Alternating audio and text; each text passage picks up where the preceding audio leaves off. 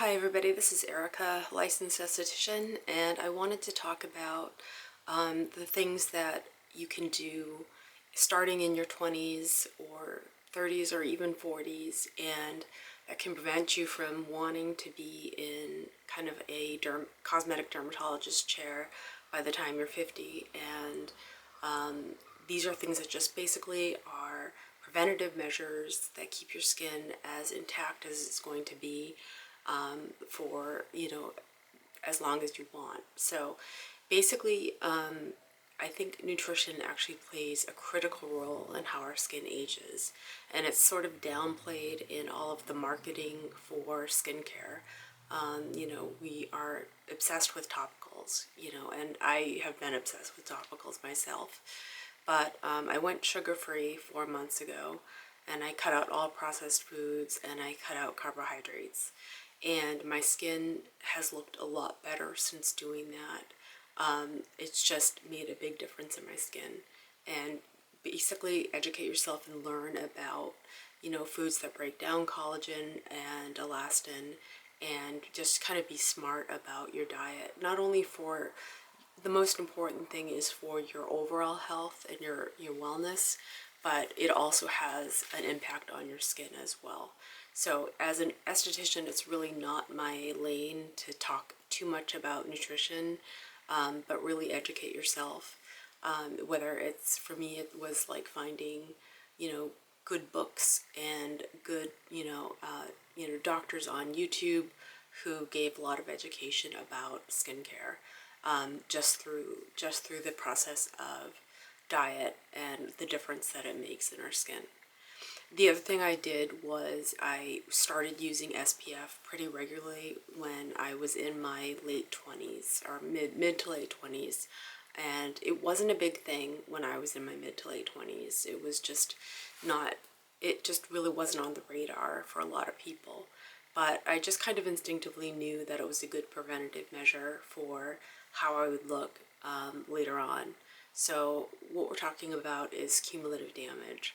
I advise people to wear a broad spectrum SPF of at least 30 on their face, neck, and hands throughout the year. That means even in the winter, on cloudy days, things like that. So when you're doing things like running errands or, just kind of like stepping out for 15 minutes here and there throughout the day, you are still exposing yourself to the sun. And I'm reading a book right now where a doctor's saying, oh, get as much sun as you can because we need vitamin D. But as we get older, we don't synthesize vitamin D from the sun as well as we did when we were young. So supplementation with vitamin D is not a bad thing. Get your levels checked, consult with your doctor, and just find out if you're vitamin D deficient. But I definitely advise wearing a broad spectrum SPF of at least 30 on your face, neck, and hands, anywhere that is exposed to the sun on a regular basis. So I discredit that for, just how my skin looks at 49, was being kind of a very preventative-minded person at a young age, and just kind of thinking about, what I was doing now that could help my skin later on. And the other thing is retinoids, and you probably knew I was going to say it. I am a deep believer in retinoids.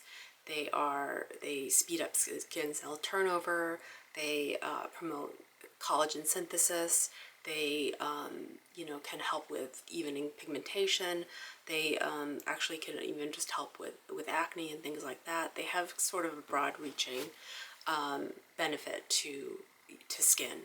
And I started using retinol when I was in my late 20s, and I just became very diligent about it. And I don't know how I knew to use retinol, but it was just something that I wanted an active. The vitamin A derivative was something that was very important to me. I wanted something that would speed up skin cell turnover, that would boost collagen synthesis, things like that.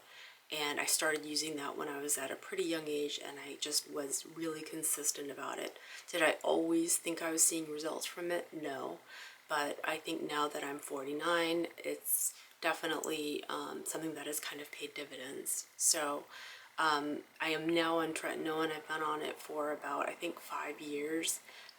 And I kind of alternate that between retinaldehyde, which is one conversion process away from being retinoic acid, and tretinoin itself, which can be a little irritating to some people. And if you're someone who's very sensitive to tretinoin, I would definitely recommend retinaldehyde. It is very close to tretinoin, but it is less irritating, causes less irritation. So tretinoin can definitely, if you use it too much, can impact kind of like the skin barrier and kind of cause a lot of irritation, redness in some people. So, dial back if it's becoming too irritating. And the other thing that I have done was, just be very cautious about drinking, smoking, things like that. I did smoke for 10 years, believe it or not. Dumbest habit I've ever picked up in my life. And I do see the effects of the smoking on my skin. It was, like definitely something that I should have never picked up, and I don't advocate for anyone to be doing it. For your overall health, quit if you're smoking, do whatever you can. I use the patch, and I don't drink at all. And the reason I don't drink at all is not because I think alcohol in moderation is bad, but it just, as I got older, I just didn't metabolize it as well as I did when I was young, and it would just kind of make me feel like lethargic and just not good. And I just didn't like the effects of it. I didn't like feeling any kind of intoxication or anything like that. So I haven't had a drink in 8 years, and it just cutting out kind of those bad things, and then of course, recreational drugs and stuff like that will also impact your overall health, but also your skin. So just kind of stay away from things like that. The other thing is just really having a positive mindset about age.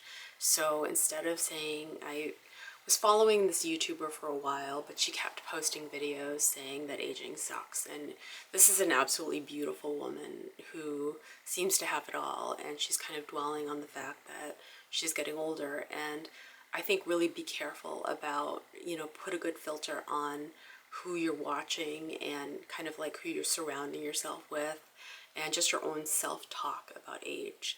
So if you kind of go into aging with this dialogue of, this is a terrible thing, it's all gonna fall apart, I'm just, I just look old, it's over, your body's gonna kind of almost like mimic that. I kind of believe in the effects of our self-talk and our negativity about aging and how that affects us overall, not only mental health wise, but it can just have a very kind of self-fulfilling prophecy to it. So have a healthy dialogue about aging. Just understand that things are changing. They're going to change no matter what you do. But just, really, really give yourself a sense of, there isn't a cutoff point to beauty or to things like that. I mean, our society may tell us certain messages.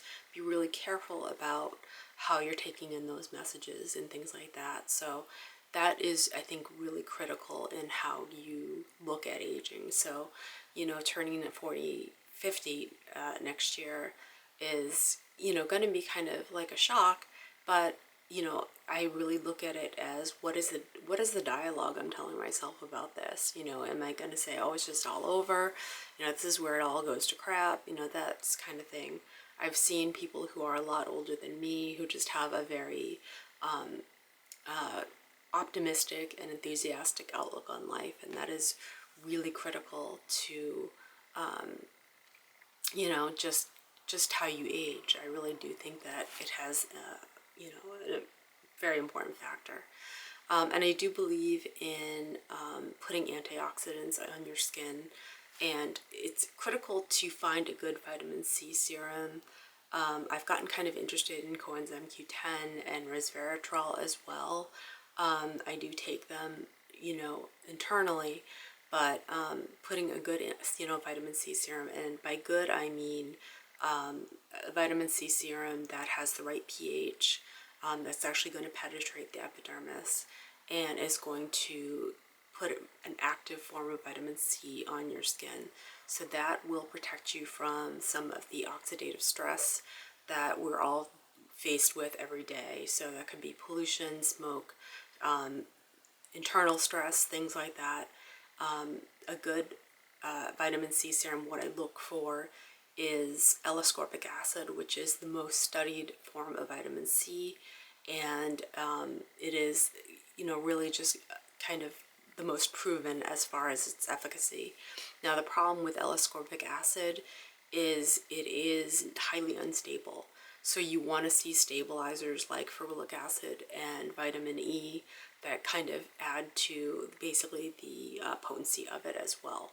So you also want to look for packaging that is airtight and opaque. So if you see something like a vitamin C serum that is in a clear glass bottle, or using vitamin C out of a tub, I just kind of question the efficacy of it because it is such an unstable product or vitamin to put on your skin.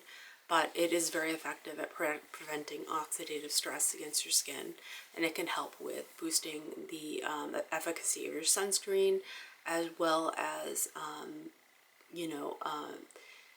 just preventing oxidative stress. So that's another thing that I recommend.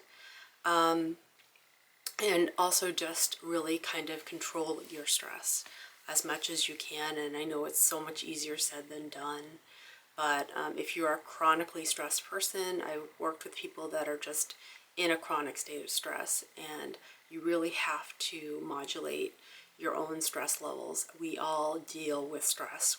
It's not, if you're living on planet Earth, you're going to encounter stressful situations.